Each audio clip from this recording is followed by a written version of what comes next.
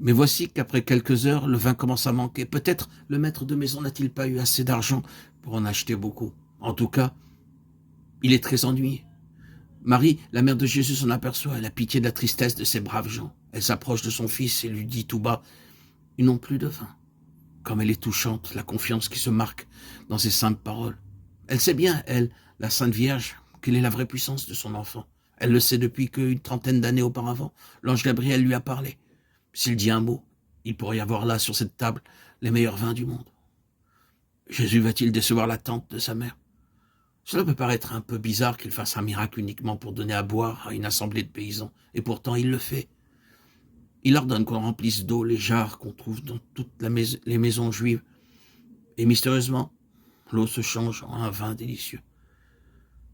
Marie a été exaucée, comme le sera toujours la prière de quiconque fera appel au Christ de toute son âme.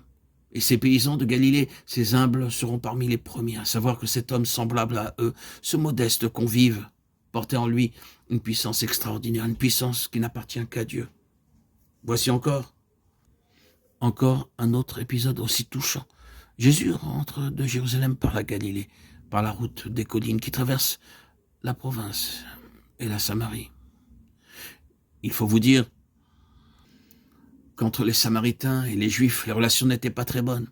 Il y avait souvent des querelles et les fidèles d'Israël considéraient les gens de Samarie comme des hérétiques, des souillés.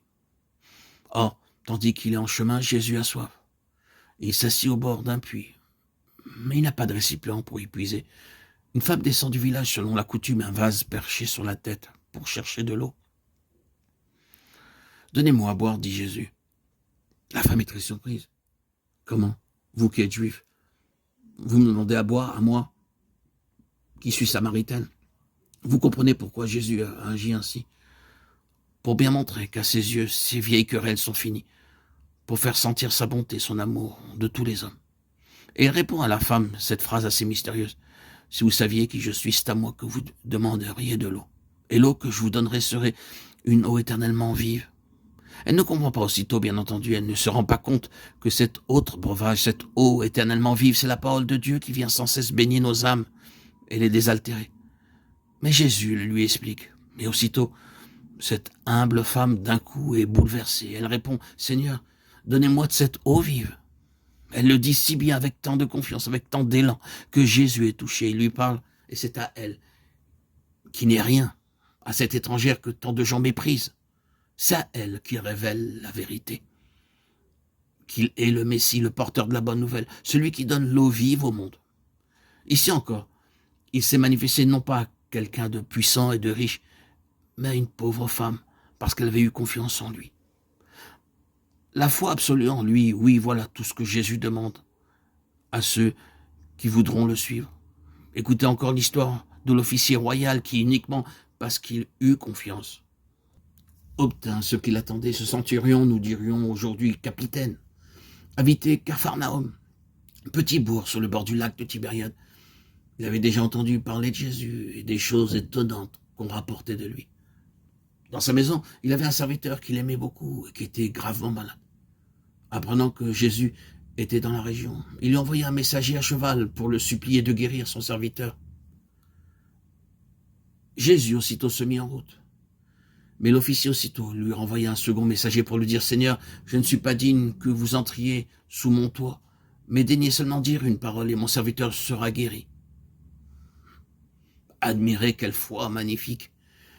Il a une si absolue confiance en Jésus qu'il lui déclare « Un seul mot suffira. » Et aussi, quelle humilité dans cette parole.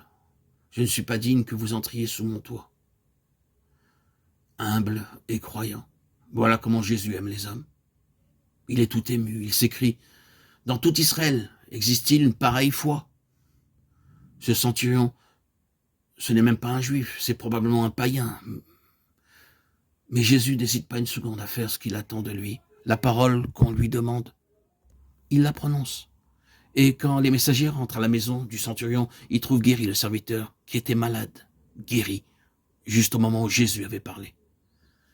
Des récits de ce genre, on en pourrait relever bien d'autres dans l'Évangile. Retenez mes enfants, des trois qui précèdent cette leçon très importante. Ce n'est point par un grand coup d'éclat devant les riches et les puissants de ce monde que le Christ a voulu révéler aux hommes sa mission surnaturelle, mais peu à peu, dans la modestie et la simplicité, en s'adressant aux humbles croyants.